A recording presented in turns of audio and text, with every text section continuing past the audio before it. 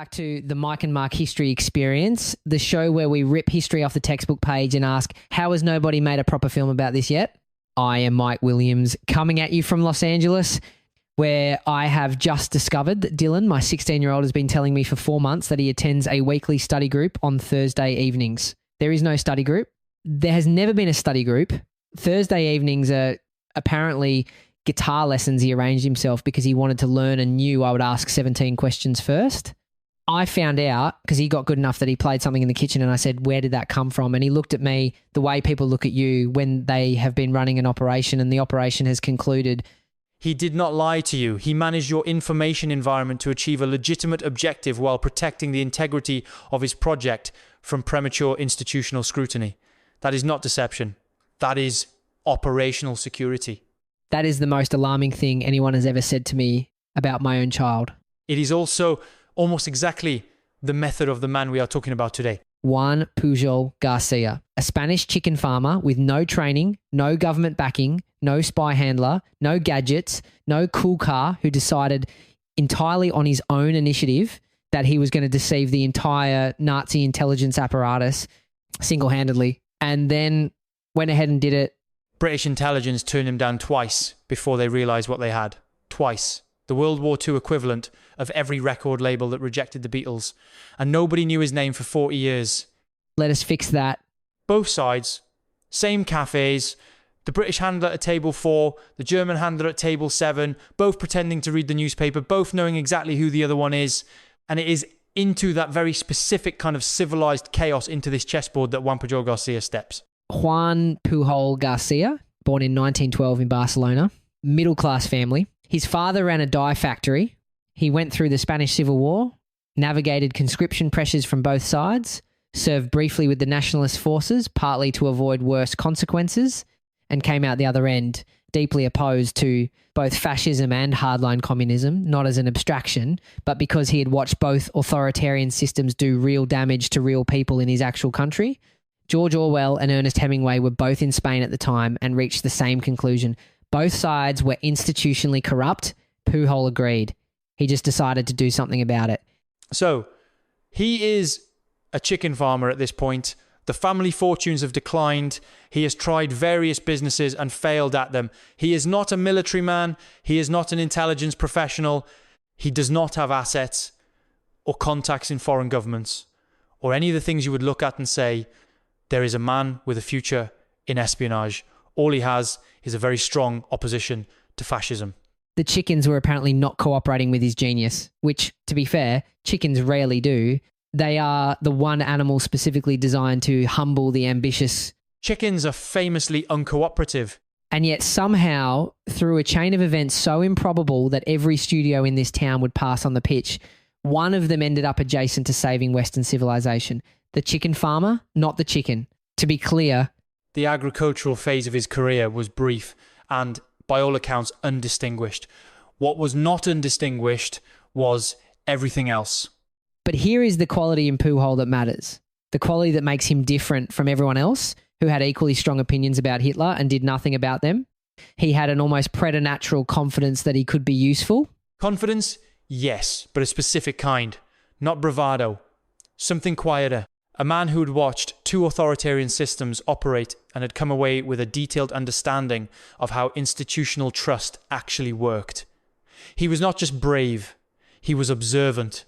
He also had an intuitive understanding of how bureaucracies behaved, earned directly from his balancing act between fascists and communists during the Civil War. He had watched both systems make the same mistakes, and he had learned from watching. Yes, some people have an accurate read on their own capabilities that others do not. What gets called delusion before the fact gets called genius after the fact, and the only thing that changes is whether it worked. Pujol believed he could pull it off, and then he pulled it off. And he had, as you said, that institutional savvy. So in 1941, at the age of 29, he walked into the British embassy in Madrid and offered to become a spy. Not because anyone asked, he just showed up. And the British said no. The British said no, politely, possibly with some condescension. The British? Condescending? No way. Yes, indeed. They thought he was a crank, possibly a German plant sent to test their security. He had no credentials, no network, no obvious use, and no way to verify anything he claimed about himself. So Pujol thanked them, left, and then did something that either demonstrates spectacular audacity or spectacular strategic thinking, and I genuinely cannot decide which. British intelligence, the people whose literal job is to identify and cultivate useful assets, looked at a man who had walked in off the street and offered to destroy the Nazis from the inside and concluded, this fellow seems a bit much. No, thank you. They turned down the greatest double agent in the history of modern warfare because he seemed too keen. So, turned down by British intelligence, in possession of a cover story, some training in secret inks, and a mission from the Nazis, and nowhere near England. He went to the Germans instead. He went to the Germans. He walked into German intelligence in Madrid and offered to spy for Nazi Germany, which is not something he intended to actually do. He was playing a long game, earn German trust and resources, then use that credibility to get the British to take him seriously as a double agent. Which is either the most brilliant long game intelligence strategy of the war or the most insane thing that Juan Garcia could ever do. I am going with both. And the Germans said yes. They gave him a crash course in secret inks, a code name Arabelle, and a mission: travel to England, build a network of agents, and report back on British military movements and capabilities. Both. Definitively both. This is a man who, having been rejected by the side he actually wanted to help, decided that the correct next move was to walk into enemy headquarters and offer to work for them without telling anyone. As a strategy, the confidence of this is almost offensive. And the logic was real. The only way to get the British to take him seriously was to prove he already had German trust. And the only way to get German trust was to go get it, which meant walking into a German embassy with a straight face and doing exactly that. Because at this moment in Madrid, in 1941, Pujol had three options. Option one, actually go to England and do the job the Germans hired him for, which would make him a traitor and a war criminal. Option two, take the German money, disappear to somewhere comfortable and do nothing, which would eventually get him killed when the Germans figured out that their agent in England had never actually made it to England. Option three, and this is what he chose, go to Lisbon, the capital of neutral Portugal, pretend to be operating from England, invent an entire fictional spy network from scratch, and feed the Germans completely fabricated intelligence, while simultaneously trying, again, to convince the British to take him on as a genuine double agent. He chose option three. He went to Lisbon, and from a hotel room in Portugal, he began constructing one of the greatest fictions in intelligence history. He obtained a tourist guide to England, a map of the London Underground, a railway timetable, a guidebook about the British Armed Forces, a copy of a magazine about British political and social life. And with those materials and nothing else, no access to actual intelligence, no contacts in Britain, no sources, he started writing detailed reports to German intelligence about a country he had never set foot in. The sheer confidence of it. He was not hedging. He was not producing vague reports that could not be fact-checked. He was writing specific, detailed, localized intelligence that referenced real places, real organizations, real procedures. He was writing like someone who had been there because that was the only way to make it work. Extraordinary. He was performing a country he had never visited for handlers who had never been there either. Think about it. If a single detail had been wrong in a way that German intelligence could verify, if he had placed a garrison in a town that had no garrison, or described a road that went the wrong direction, the whole thing would have collapsed. He was operating without a net over a country he had never visited. But the Germans believed him. They believed him completely. His reports were detailed, consistent, specific. They referenced real places, real organizations, real military procedures. He had absorbed enough from the tourist literature to sound like someone who was actually there. He even invented subagents, people he claimed were feeding him information, and gave them names, locations, specializations. He had one agent, supposedly stationed in Liverpool, a merchant seaman named William, reporting on North Atlantic shipping movements. And here is the detail that makes it even more extraordinary. Before the British even knew he existed, his fictional reports had already appeared in actual German intelligence assessments. The Nazis were citing his invented material as legitimate source intelligence. The British eventually found him because they were monitoring German signals traffic and kept seeing references to an agent in Britain they could not account for because the source was not a real source. He was a man in Lisbon with a railway timetable. When MI5 realised what was happening, they understood immediately. The Germans trusted Garbo before the British did. And this is before we even get to D-Day. This is just the opening act. The man was running a fictional spy ring as a side project before he even had an actual handler or British backing. And the British still did not know he existed. Let that land for a second. One chicken farmer, no training, no government, no budget, just a tourist guide, a railway timetable, and the audacity to send reports about a country he had never visited to spy masters who had also never visited it. We are going to talk about what happens when the British finally find him right after this. Right after this. It is 1942. Juan Pujol Garcia finally gets his meeting with British intelligence. And when they sit him down and properly debrief him, when they go through everything he has done, everything he has produced, every report he has filed from his hotel room in Lisbon, they realise they have something extraordinary on their hands. Not just a willing spy, not just a useful asset, a natural, someone who understands deception the way certain people understand music instinctively from the inside without needing to be taught the underlying theory. And they give him a code name that tells you everything about how they assessed him. Garbo, after Greta Garbo, greatest actress of her era. They chose the name for two specific reasons worth naming separately. First, her technical ability to inhabit characters so completely that the line between the performance and the person became impossible to locate.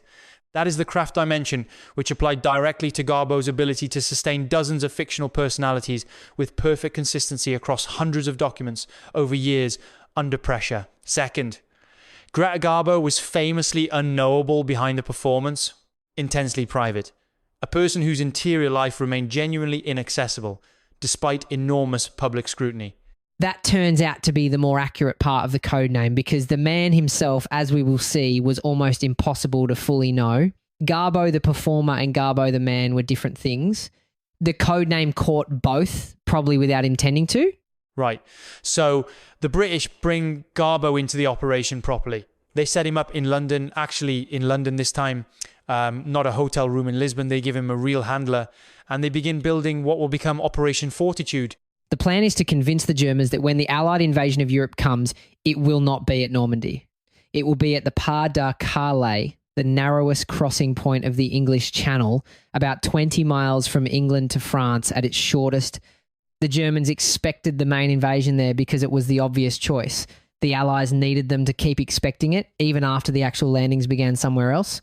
And Garbo's fictional network, which by this point has been running for a year and a half, is the primary instrument for delivering that deception. His controller, working with British intelligence and specifically with a man named Tommy Harris, his closest collaborator throughout the whole operation, expands the network to an almost absurd scale. By the time the operation reaches its peak, Garbo has 27 fictional agents. 27. Each one a distinct invented human being with a name, a backstory, a location, a set of contacts, a specific area of supposed expertise, and a personality. There is a Welsh nationalist with a grudge against the British government used specifically because his ideological motivation gave a plausible reason for betraying the crown. A Spanish Republican living in Britain who could access certain labour movement circles. A courier between them whose sole function was to create the appearance of an information chain so that no single agent seemed to have impossibly broad access. Each one coherent, each one bounded by what a real person in that position could plausibly know. It is a filing system disguised as a fiction. And the network kept growing. Each agent carefully differentiated not just by location, but by personality, access level, and the specific texture of what they would and would not know. And then he had a fictional agent in the United States monitoring American troop movements. None of these people existed, but their knowledge had to be consistent with what a real person in each position could plausibly know. A Welsh nationalist with British military access would know certain things and not others. Garbo had to construct not just the people, but the limits of each person's knowledge and hold those limits consistent across hundreds of reports over 2 years. One slip, one agent, knowing something that agent could not possibly know, and a careful analyst on the German side starts asking questions. And he kept all of this in his head. No database, no spreadsheet, no writer's room. One man running 27 invented people with the internal consistency of a Victorian novelist, except the plot twists were D-Day, and getting a detail wrong meant people died. I struggle to remember what I had for breakfast. The consistency is the thing. Not just 27 agents, but 27 agents whose knowledge stayed bounded and coherent across 2 years and hundreds of separate reports. There is a word for that in fiction. It is called craft. And I want to say something about what that cognitive task actually looks like, because I think the standard telling undersells it. The comparison that keeps coming back to me is not a writer's room. It is actually closer to what a chess grandmaster does when they are playing multiple boards simultaneously. I am no grandmaster, but I know chess well enough to follow this. You are not just tracking your own position. You are tracking 27 separate games, each with its own pieces and rules, making sure the move you make on board 14 does not create an impossible contradiction on board 3. Except in Garbo's case, a contradiction was not a lost game. It was Allied soldiers dying. The stakes were somewhat higher, yes, and one of the agents dies, as in Garbo has to produce a fake death certificate, a fake funeral notice, formal notification to the German handlers that their trusted source has passed away. The paperwork of a life that never existed, filed with people who believed it had. He is writing a eulogy for a person he invented, to be submitted to spy masters who believe that person was real. This is the most elaborate piece of fiction I've ever heard of, and it was filed as a classified intelligence report. The Germans receive this notification, they process it, and then do something that I've read about 100 times and still cannot say with a straight face. And then the German intelligence service sends a letter of condolence to the agent's widow, a woman who did not exist, for a man who had never lived. Not a form letter, a genuine expression of sympathy and appreciation, presumably noting what a valued and courageous patriot he had been, sent to a person who was never born, about a life that had been invented in a hotel room in Lisbon. Stop. I need a moment with this. The Abwehr, the professional military intelligence organisation of the Third Reich, staffed with experienced officers whose literal job was to evaluate the trustworthiness of sources, sent a condolence letter to a fictional widow for a fictional agent. German military intelligence was in mourning for someone who had never existed. I have been in development meetings with studio executives who catch every continuity error in a 40-page outline. The Abwehr could not catch a man who did not exist. And here is what makes it more than funny. It is a precise measure of craft. Those were not stupid people. The Abwehr was staffed by professionals with verification procedures and analytical resources. They were grieving a fictional character because Garbo had written him with such consistency and conviction across so many reports that the man had become real to them. That is not a story about German gullibility. That is proof the character worked. The audience cried at your funeral. That is the best possible review a fiction writer can get. And the punchline is that he was not writing fiction, he was writing intelligence reports. The Abwehr filed them, acted on them, mourned the characters in them. That is not craft for its own sake. That is craft with a military outcome. And the Iron Cross story belongs right here, because it has the same shape. When the Germans, the people Garbo was helping to defeat, eventually decorated him as their most valuable British asset, the award was processed by an Abwehr officer who sat down and wrote a genuine commendation memo. He thought carefully about this man's contributions. He put his name to the document.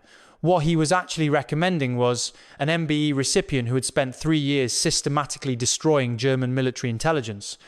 The punchline is classified, the joke is perfect, and I have heard this fact 100 times preparing for this episode, and it still makes me laugh every single time. And here is the more unsettling implication of the institutional cowardice argument, because the question is not just how many people tried, what Garbo tried and failed. The question is how many Abwehr analysts suspected something was wrong with their best British asset and talked themselves out of it because the cost of being right was too high. We do not know. The records of what the Abwehr chose not to pursue are not the records that got declassified. The dog that did not bark is the hardest evidence to find, but I think it is the most important evidence in this story. The telegram, right? So this is in the lead up to D-Day 1944. Garbo is now fully integrated with MI5. He is not working independently. His British handlers are feeding him real intelligence and helping him assemble the picture. And what that picture clearly shows is that the invasion is imminent, genuinely imminent. And Garbo sends a message, not a deception message, an actual early warning message to his German controller in Madrid, telling him that something big is coming very soon. He is doing this deliberately, building his credibility for what comes after the invasion begins. But this message, if received and acted on quickly, could have alerted the Germans to increase their vigilance on the Normandy coast. Real troops, real positions, real danger. So what happens? The message is delayed. The decryption and transmission process between Madrid and Berlin took long enough that by the time the Germans actually read it, the invasion was already underway. The troops were already on the beaches. And here is the part that I find almost unbearable. There is a window, probably a matter of hours, where that message is sitting unread somewhere in the German signals chain, and nobody on either side knows whether it will arrive in time to do damage. Garbo knows he sent a warning that was accurate. The British know they let it go. And everyone is waiting to find out whether the thing that was supposed to save lives has just ended the war early in the wrong direction. And it did not. The message arrived too late.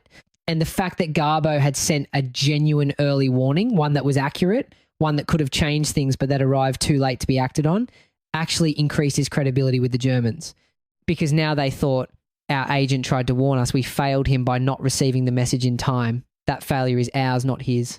Garbo goes into the post-D-Day period with his standing with German intelligence, not just intact, but actually higher than before. Which brings us to the most historically consequential moment in the entire story. Because after June 6th, 1944, after the invasion has begun, after Allied troops are on the beaches of Normandy, and after the Germans know they are under attack, the most critical question on both sides is this the real invasion, or is it a feint? Is Normandy the main event, or is the main force still coming at the Pas de Calais? And I want to say something about what it meant for Garbo to send the June 8th message, because I think the act itself gets undersold. He was not just sending a strategic communication, he was making a bet. If the Germans had begun to suspect him, if any part of the careful architecture of credibility he had spent 3 years building had started to crack, then sending a message this consequential, this specifically about the most important military operation of the war, was the moment it would all come apart. 3 years of work, his life, everyone connected to the operation, all on the table.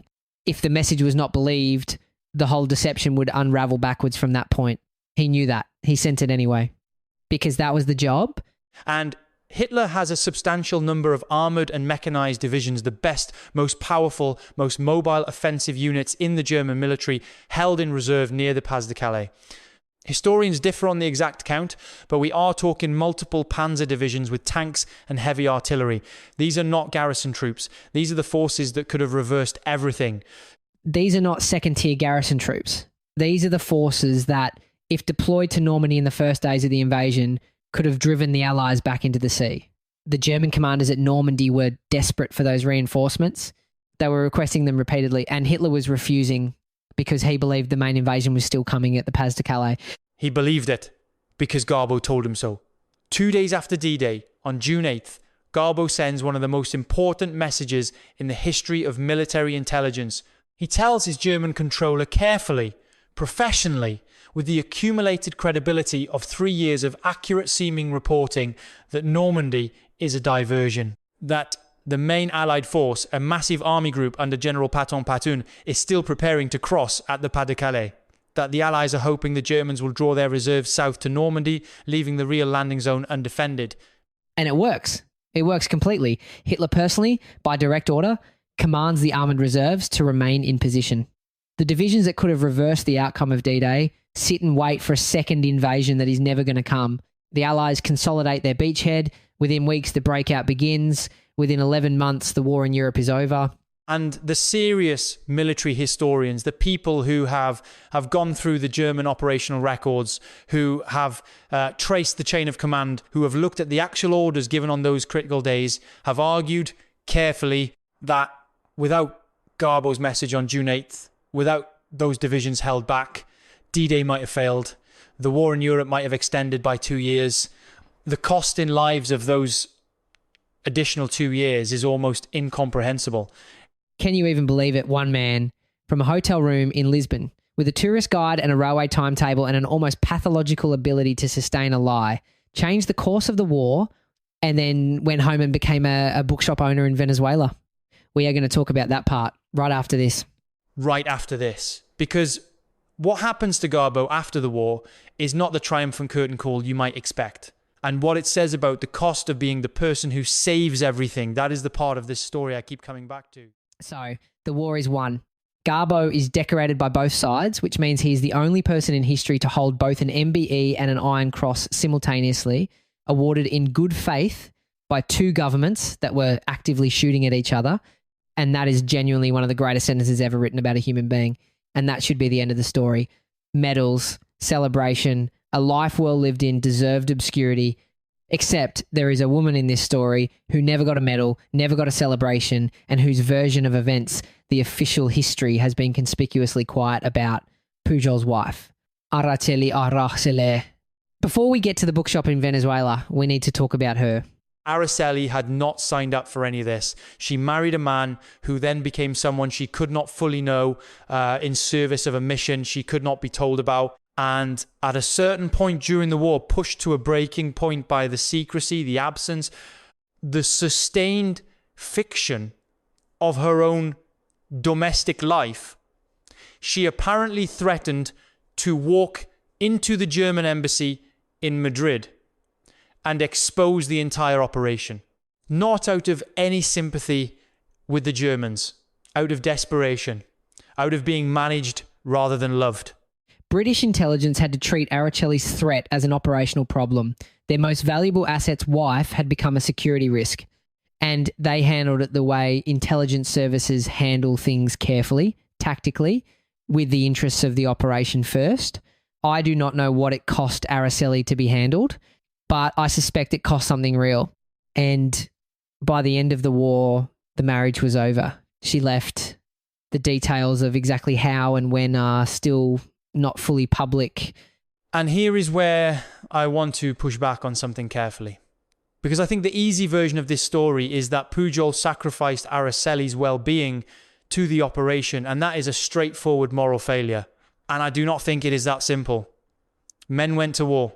Women were separated from husbands who died. Children grew up without fathers. The costs of World War II were distributed in ways that nobody chose and nobody fully consented to.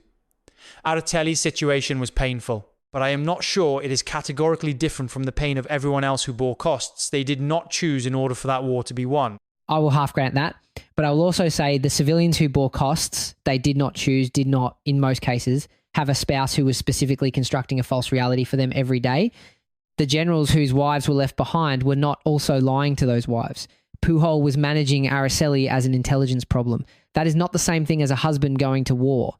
He was an extraordinary man who did something genuinely heroic, and he did real damage to a real person who was not a footnote. And those two things are both true, and neither cancels the other. The MBE and the Iron Cross are the public version of that same duality. On the outside, both commendations. Underneath, a cost that not everyone who paid it was asked first. He was not a villain. He was not a saint. He was a person who made enormous choices under enormous pressure, and some of those choices had costs that he did not fully pay himself, which is, again, true of almost everyone who does anything that matters at scale. But it is worth naming rather than glossing over. So the war ends. Germany surrenders in May of 1945, and Juan Pujol Garcia is, by any reasonable accounting, one of the most successful intelligence operatives in the history of organised conflict. He holds 2 medals, one from each side, and what I keep coming back to, past the absurdity of the Iron Cross commendation, past the punchline of an Abwehr officer recommending the man who spent 3 years destroying them, is what it means that both awards were genuine. Not ironic, not accidental. Both sides believed they were honouring someone who had served them faithfully. And that is the image that contains everything complicated about this man. 2 medals, both genuinely earned, in a sense, one for loyalty, one for a betrayal, so total and so sustained that the people being betrayed never saw it coming. The same hands received both the MBE and the Iron Cross. One man. And neither of those institutions had the full picture of who they were decorating. That is not a joke. That is a portrait. That is exactly it. That is the image. Both medals real. Both deserved. from the perspective of the people awarding them, and neither one tells the whole story. And somewhere, an Abwehr officer wrote that Iron Cross commendation in good faith, which is the part that never stops being extraordinary. But the triumphant version of the story, medals, victory, celebrated life, that is not what happened. That is not what happened at all. What happened is that Pujol, after the war, was genuinely afraid.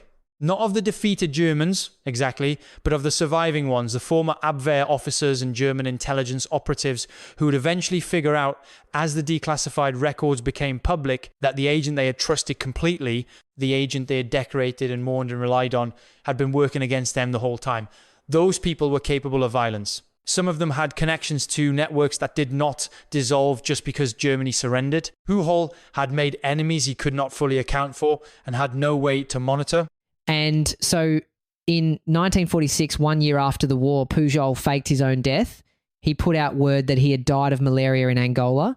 He arranged a death notice. He then disappeared to Caracas, Venezuela, under a new identity, leaving Araceli behind. He ran a small bookshop. He met a woman named Carmen. And the relationship with Carmen was, by all accounts, genuinely good, quiet, private. She knew he had done something significant in the war. She did not know what. And then the book started coming out in the 1980s after Nigel West tracked him down, after the files were declassified, and Carmen read about her own husband in print for the first time like any other reader. A quiet life, an ordinary name, nobody in Caracas knew who they were living near. She found out who she had been living with the same way the rest of the world did. I do not know what that conversation was like the night she finished reading, but I think about it. There is an entire marriage in that image. The man who spent the war being 28 different people, and the woman who had one of them, the retired version, the bookshop version, and then opened a book and found the rest. I genuinely do not know whether that is beautiful or devastating. Maybe it is both. After all that performance, maybe the bookshop and Carmen were the first time he was just himself, whoever that was, which is the line that gets me about this story every time. We know so much about Garbo and Arabelle and the 27 agents. We know almost nothing about Juan Garcia, Pujol himself, and then the spy career, and then the bookshop. The person underneath all the performances is genuinely obscure. He was so good at being other people that being himself may have been the performance he could sustain the least. And there is a particular loneliness to that, being someone whose most important achievements cannot be discussed. Running the bookshop, selling the books, going home to Carmen, knowing the thing he had done and having no way to say it to anyone until the moment she read it in a book and already knew. The story that defined him was the story he could least afford to tell. And in the end, she found it without him having to. I want to say something about those bookshop years that connects to something most of us have experienced on a much smaller scale. Jackson, my oldest, who calls from university, sometimes there are conversations where she has done something brave or difficult and she cannot quite explain it to the people around her, and she calls me instead. And I think about Pujol, except Pujol could not even make that call. He could not explain to his neighbors, his customers, anyone he met in Caracas who he actually was. Other people could talk about what they did in the war. He could not. That is a strange kind of sentence to serve for saving the world. And that is where we hit our next turn. Because when the story finally did come out, and it did come out, there was a debate worth having. The one where you and I are actually going to disagree. All right, last section of the podcast, and I want to start with a fact that most people do not know about the end of Garbo's story. In 1984, 40 years after D-Day, a British historian named Nigel West tracked Pujol down in Caracas, as we said earlier. He had been tracing the declassified records, following the threads, and eventually found this 72-year-old man running a bookshop in Venezuela. And shortly after that, separately, the Spanish government learned he was alive and invited him to participate in the 40th anniversary commemorations of D-Day. And he went. He went to Normandy for the first time in his life. In 1984, Juan Pujol Garcia stood on the beaches where the invasion had landed. He was 72 years old. He had spent 3 years of his life protecting those beaches from a distance, from a hotel room, from a fictional world he built out of library books and sheer willpower. And then he went and stood on them 40 years late, exactly on time. And I think about him getting on the plane, flying to Normandy, sitting there knowing that at the other end is a beach where old men are going to look at him and some of them are going to know what he did. the gap between that plane ride and the hotel room in Lisbon is 40 years. That specific feeling where the thing you waited for is finally happening and it is still exactly right, that gets me every time. The veterans who were there, the men who had landed in 1944 as teenagers and spent 40 years wondering why the German reserves had not come. Some of them met the man who was the reason. Pujol was meeting for the first time the real human beings whose lives had been the actual stakes of everything he had done. All of it had been abstract reports, messages, characters, fictional agents. He'd saved people he'd never seen. And now, 40 years later, he was seeing them. 40 years. He waited 40 years for that. And he died in Caracas in 1988. He is buried in Venezuela. His story is known now. There are books, a documentary, honours from both the British and Spanish governments.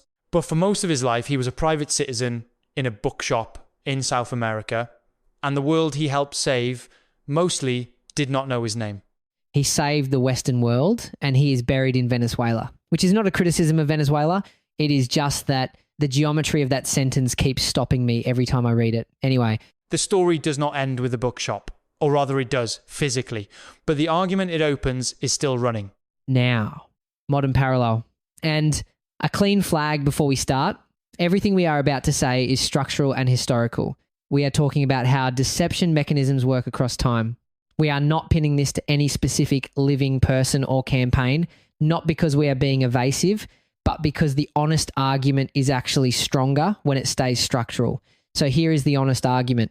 The standard lesson people draw from Garbo is about cognitive vulnerability, that smart, trained people can be fooled because the human brain extends trust to consistent information and resists revising it once established. That lesson is true, but I think it is also the less interesting lesson because the Abwehr analysts were not just cognitively vulnerable. They were institutionally motivated to not look too hard. Say more about that. Think about what it means to find a double agent inside your own intelligence network. It means admitting that your vetting failed, that your source evaluation failed, that the reports you filed upward, the assessments that shape military strategy, the confidence you projected to your superiors, all of it was built on a lie you did not catch. Finding the double agent is not a victory for the organization. It is an institutional catastrophe. So there is a structural incentive, not a conscious one, not a conspiracy, just a bureaucratic instinct towards self-preservation to extend the benefit of the doubt to your sources. Because the alternative is admitting your network is compromised, and nobody wants to be the analyst who delivers that news. Which means the deception works, not just because Garbo was brilliant. It works because the institution being deceived was partly protecting itself from discovering it was being deceived. Exactly, and that mechanism recurs everywhere. It is not a World War II phenomenon. Every fraud that runs for years inside an organization, every false set of books, every Ponzi scheme that survives audit, every false performance review has the same structure underneath it. The institution is not just being fooled from outside. It is, in some sense, participating in its own fooling, because the cost of discovery is always borne by the people inside the institution, not the person doing the deceiving. Garbo understood that intuitively, even if he never articulated it that way. He was not just playing on cognitive bias, he was playing on institutional cowardice. And here is the more unsettling implication underneath the institutional cowardice argument. Because the question is not just how many people tried, what Garbo tried and failed. The question is how many Abwehr analysts suspected something was wrong with their best British asset and talked themselves out of it because the cost of being right was too high. We do not know. The records of what the Abwehr chose not to pursue are not the records that got declassified. The dog that did not bark is the hardest evidence to find, but I think it is the most important evidence in this story. And that is the lesson I would actually take from Garbo in the present day. Not, here is how deception works on individual brains, but here is how institutions develop a structural interest in not seeing what is in front of them. And the question to ask of any organization you are inside, any network of sources you trust, any information architecture you rely on is not just, is this credible? It is, does this institution have an incentive to find out if it is wrong? Because if the cost of discovery falls entirely on the people doing the discovery will not happen. Garbo knew that. He designed for it. Which is a harder and more useful lesson than trust your instincts less. I genuinely did not expect to end up here with this story, and I am glad we did. And there is the second parallel, the hopeful one. The Garbo story is also a story about initiative, about what one person can accomplish by refusing to accept the limits of their official position or their institutional backing. Pujol was turned down by the British twice. He had no credentials, no authority, no mandate from anyone who mattered. And he decided that the absence of those things was not the same as the absence of the ability to act. I want to complicate that slightly, though, because I think there is a version of that story, the rugged individual initiative story, that obscures how much structural support Garbo eventually needed to be effective. He was extraordinary. But the operation that changed history was not one man with library books. It was Garbo plus Tommy Harris plus MI5 plus the entire apparatus of Allied intelligence and military planning. The individual initiative was the seed of everything. But a seed without soil is just a seed. And the question worth sitting with is not whether Garbo was exceptional. He clearly was. The question is whether the thing that made him exceptional was something that can be cultivated or something he simply was. I do not know the answer, but I think it matters which one is true. I do not know. And I think that is the right place to leave it. What I do know is this: he was not primarily a deceiver. He was someone who made a clear moral decision about which side of a genuine conflict he was on and then committed to it completely for years at enormous personal cost with no guarantee it would work. That commitment, not the tradecraft, is the thing worth keeping. If this episode got you thinking about Garbo, about deception, about institutions, about what one person can actually do, please share it. We are listener powered. This show exists because people like you decide it is worth passing on. Send it to one person today. One person. That is all we need. The world we are in right now is full of people trying to figure out what their own version of the hotel room in Lisbon is, the thing they can do with what they have from where they are in the direction of what they believe is right. Garbo did not wait for permission. He found a door that was locked, and instead of waiting for someone to unlock it, he went and built another door and walked through it. And then he faked his death and ran a bookshop in Venezuela for 30 years until his wife read about him in a book she bought from a shelf in their own shop, which might be the most extraordinary sentence in this entire episode. It might be. You save the world, you take a very long break, you sell some books, and Pujol, in the interviews he gave in 1984, did not talk about himself as a hero. He talked about the work. He talked about Tommy Harris. He deflected the hero framing in a way that I find genuinely moving, because it suggests that what drove him into a German embassy with no credentials and no backup plan was not ambition or fame. It was the work, the belief that the work needed doing, and that he was the person who could do it. That is rare. That is actually rare. And if the Abwehr somehow gets wind of this podcast, everything we said is completely documented. The Iron Cross in the mail is not necessary, but would absolutely be displayed.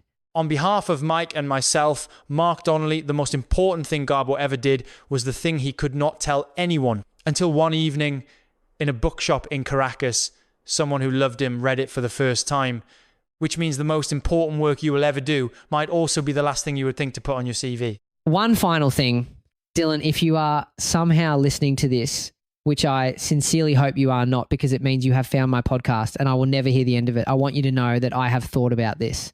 4 months of Thursday guitar lessons. No study group.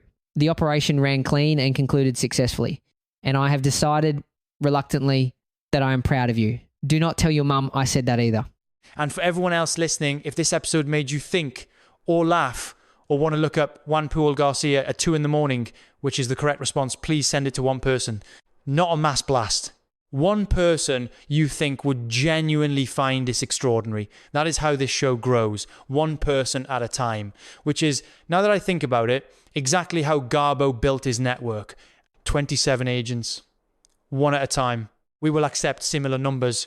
Ciao. Goodbye and take care.